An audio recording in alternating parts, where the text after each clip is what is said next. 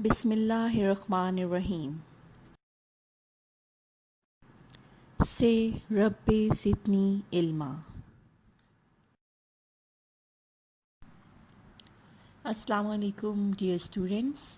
Welcome to Army Public School Fort Road Virtual Classroom. Today we are going to study our first lesson from English entitled The Farewell Sermon. Before we start our lesson, let us know what our objectives are, so you will be able to understand and comprehend the lesson, that is the farewell sermon. It would be feasible for you to explain the meanings of words. You will be able to do the comprehension exercises and know the difference between noun phrase and noun clause. Students, as you have already read the lesson and the main points of the lesson were already discussed in detail, now we will move towards the question answers. And the question answers are very easy if all the points of the lesson are there in your mind. Try to recall them. First question is, when and where did the Holy Prophet sallallahu alaihi wasallam deliver his last sermon? So you have to mention the day, as I had mentioned that, ninth day of Silhaj. Then you have to mention the name of the place, that is Unna Valley of Mount Arfat. And you know that that was delivered at the end of his first and last pilgrimage to Makkah. So these are the points which should be covered in the answer of question 1. Question number 2 is, whom did the Holy Prophet sallallahu alaihi wasallam ask to repeat the sermon sentence by sentence after him and why? So over here you have to mention the name of that person, that is Rabah ibn Umayyah ibn Khalf. Then you know that why this was done, because everybody would be able to hear the wordings of our Holy Prophet. As you know, 120,000 pilgrims were standing in front of our Holy Prophet sallallahu alaihi wasallam, and Rabah ibn Umayyah was having a loud voice. So that was the reason that he was selected to repeat the wording of our Holy Prophet sallallahu alaihi wasallam. Question number 3 is, state in your own words, what did the Holy Prophet sallallahu alaihi wasallam say about the sanctity of the life and property of Muslim brethren? You have to mention that life and property of every Muslim is a sacred trust of Allah Almighty. No one should be hurt, nor his property be damaged. And the next point is that property entrusted to anyone should be returned to the rightful owners. So these are the points you have to mention over here. It would be better if you would mention all of these 3 points in your own words, as this is the demand of the question. Question number 4 is, what did the Holy Prophet sallallahu alaihi wasallam instruct the people with regard to their women? The first point is, they had certain rights over their wives. Second point is, to treat their wives well and to be kind to them, for they are their partners and committed helpers. The point over here is that all the men must keep this thing in their mind, that they had rights on their wives and the wives are having rights on their men. So they should be treated kindly and they should be fed and clothed them with kindness. So the emphasis is on kindness. That is there in the farewell sermon on the rights of the female. Question number 5 is, what did the Holy Prophet sallallahu alaihi wasallam say about the superiority of one individual over another, and what does it depend upon?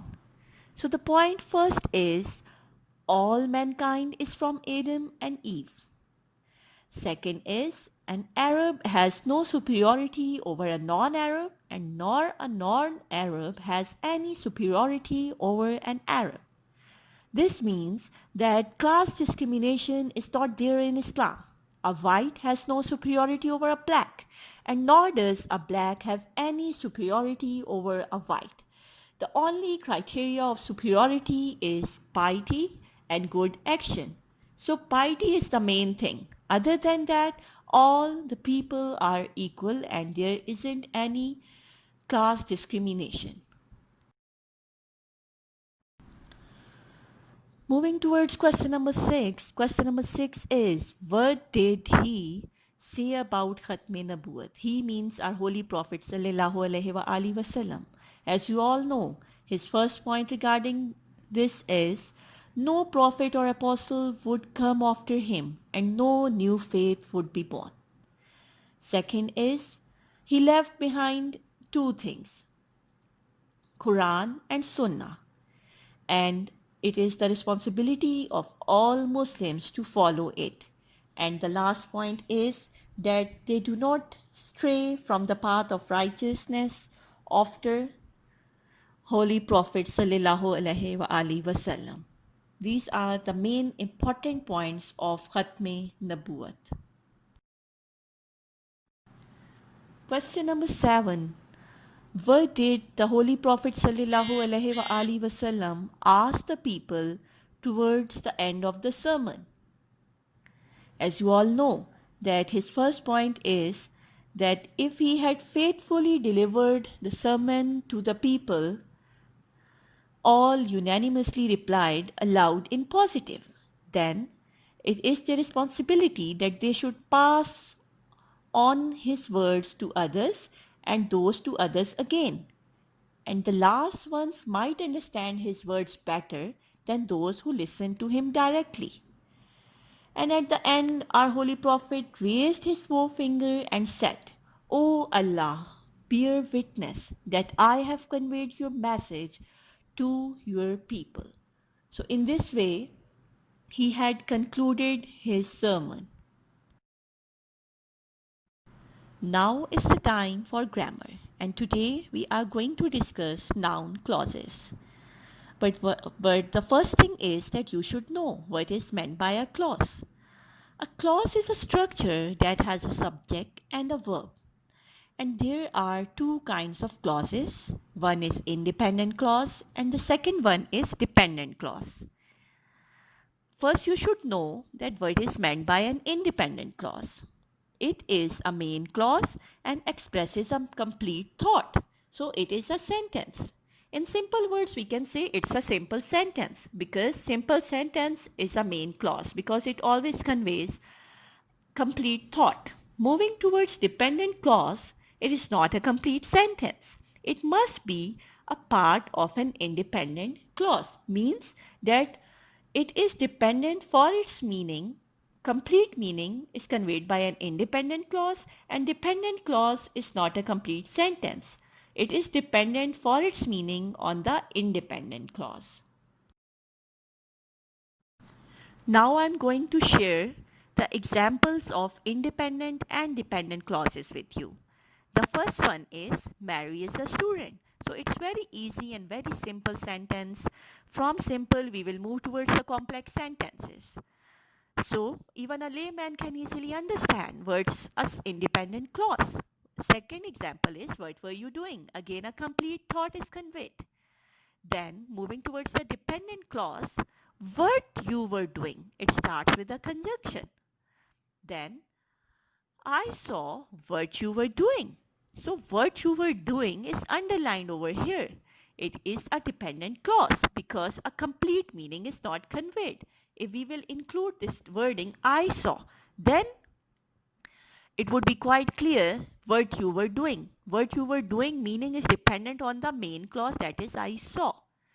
Then move towards the next statement. Where is your book? This is again a independent clause.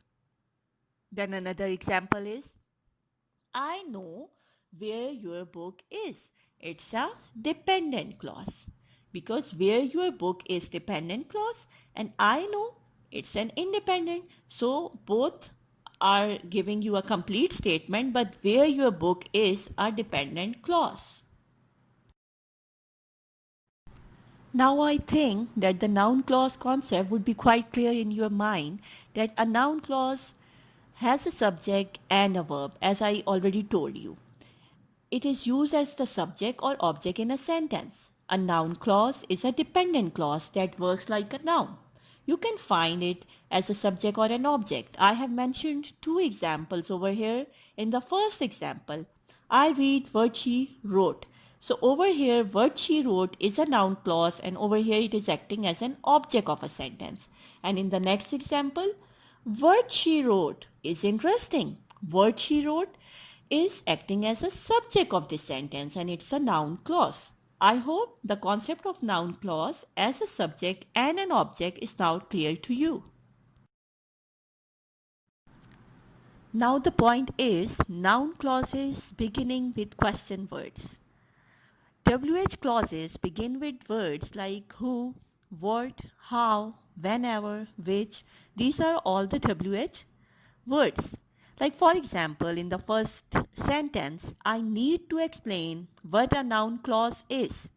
So this noun clause is starting with the WH word what, and it is the object of this sentence. In the second example, I don't know where Mary lives. So again a WH word and again object of a sentence. And tell me how old she is. Again a question word is there. How old she is, it's again a noun clause. Next example, first you need to explain what a noun clause is. So what a noun clause is, again the object of the sentence, and to explain, you know, it's an infinitive. Now the question is, what is, I have given you the statements and I have already discussed with you, and it's mentioned over here, what is a noun clause, then where does Mary live, or how old is she. So these are the questions which were asked in these examples. In this slide, you can see two columns. One is the column of questions and the second one is the column of noun clauses. The first question is, what do you do in class? And the answer is, in a form of a noun clause, what we do in class is easy. So, what we do in class, over here, this is a noun clause. Now, the sentence question is, where does he work? It's only a question. But where he works is a secret. Where he works is a noun clause. Then, question is, what should I do? Noun clause is, I don't know. What should you do? What you should do. So, what you should do is a noun clause. Then, again the question is, who are they? And the answer is, Mary knows who they are. So, who they are is again a noun clause. Moving towards the last one. What happened? Noun clause is, she knows what happened. So, what happened is a noun clause. These clauses are highlighted for you so that it would be feasible for you to pick out the role of the noun clauses. In first two sentences, noun clause is acting as a subject of a sentence. And in the last three clauses, noun clause is acting as an object of a sentence. Now I'm going to discuss noun clauses beginning with whether or if. For example, sometimes these noun clauses are introduced in such a way that the answer is yes or no. For example, I don't know whether you have studied noun clause before. So the answer is either yes or no. So sometimes noun clauses are started with whether or if. In the second sentence, I don't know if you have studied noun clauses before. So again the answer would be yes or no. So this noun clause is introduced by whether or if. Like in the first sentence it started with whether, in the second one it started with if. Okay, moving towards the rest of the examples, I wonder if it will rain tomorrow. If it will rain tomorrow, from this noun clause, it is quite easy for you to answer yes or no. So sometimes noun clauses are introduced in a sentence like this, that whether or if is there, but the answer would be either yes or no. Then moving towards next one. I wonder if it will rain tomorrow or not. Next one. I wonder whether or not Mary went to work yesterday. And then I wonder whether Mary went to work yesterday or not. Last one, whether he invites her or not is important. So these are the clauses in which whether or if is used, and these are the different roles of noun clauses, and sometimes they are used in such a way that they are used as a question and the answer mostly is yes or no.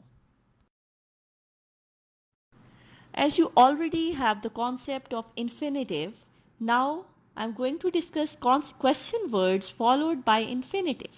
Question words, you are familiar with them like when, where, how, who, whom, whose, what, which.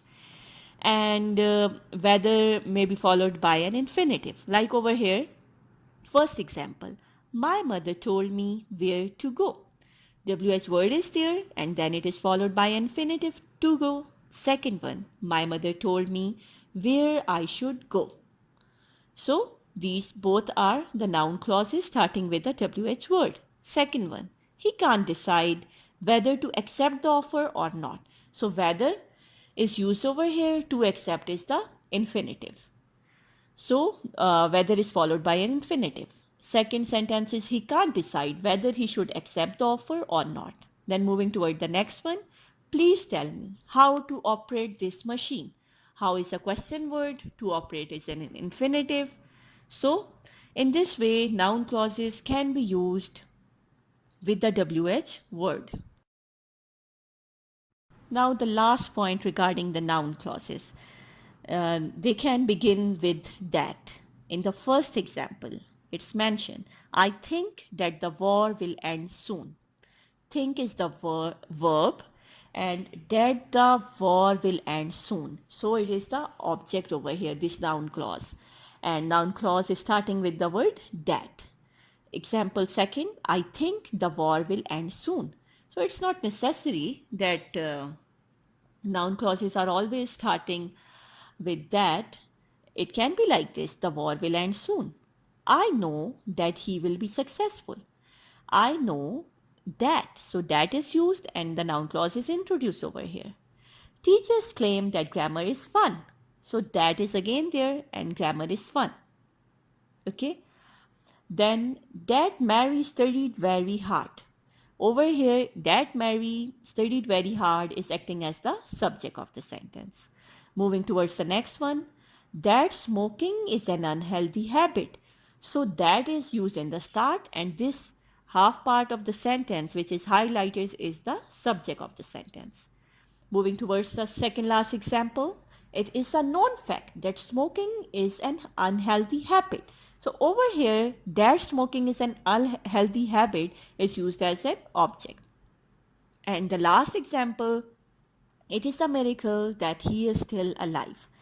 That is used over here, he is still alive as a whole, that he is still alive is a noun clause and it is the object of this sentence. I hope that the concept of noun clauses, noun phrases and the question answers, the lesson first would be clear to you. Still, if you are having any confusion, you can discuss it with your subject teacher.